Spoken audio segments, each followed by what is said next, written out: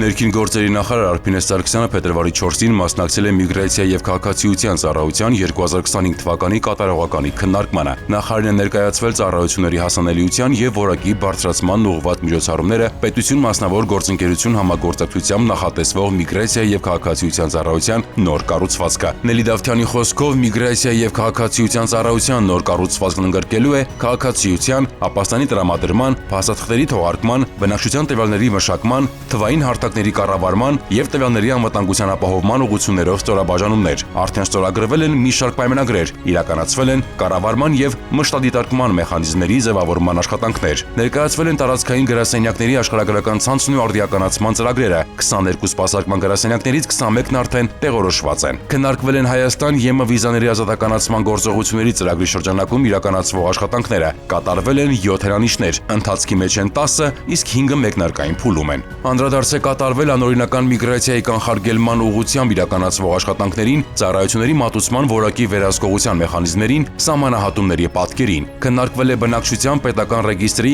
կենսաչափական նոր համակարգի, տվյալների շտեմարանի, փաստաթղթերի բազայի, միգրացիոն գործերի կառավարման համակարգերի միասնական ենթակառուցվածքի ձևավորման եւ քաղաքացիության դիմումների էլեկտրոնային կառավարման մեխանիզմներին վերաբերող հարցեր։ Ներքին գործերի նախարար Արփինե Սարգսյանը շնորհակալություն հայտնելով կատարված աշխատանքի համար հանձնարարել է մինչև 2026 թվականի ավարտ թվայնացնել միգրացիա եւ քաղաքացիության ծառայության հիմնական գործառույթները եւ մշակել գործիք սահմանների համալիր կառավարման առնչվող ծրագրային ապահովման եւ արդյունավետ կառավարման տրամաբանությամբ։ Նախարարը հանձնարարել է e-gate համակարգի ներդրման աշխատանքները համապատասխանեցնել կենսաչափական համակարգի ներդրման մեկնարկի հետ։ Նախարար Արփինե Սարգսյանը ՊՄԳ ծրագրի շրջանակում այցելել է նաև ներքին գործերի նախարարության մասնավոր գործընկեր Հայփազ փակbaşնետիրական ընկերության ժամանակավոր գրասենյակ, անհատական կենտրոնի շինարարության հարթակում ծանոթացել ընթացիկ աշխատանքներին։ Ներքին գործերի նախարարին ներկայացվել մասնավորի կողմից սպասարկման կայանի պրոտոտիպային ձևանմուշը։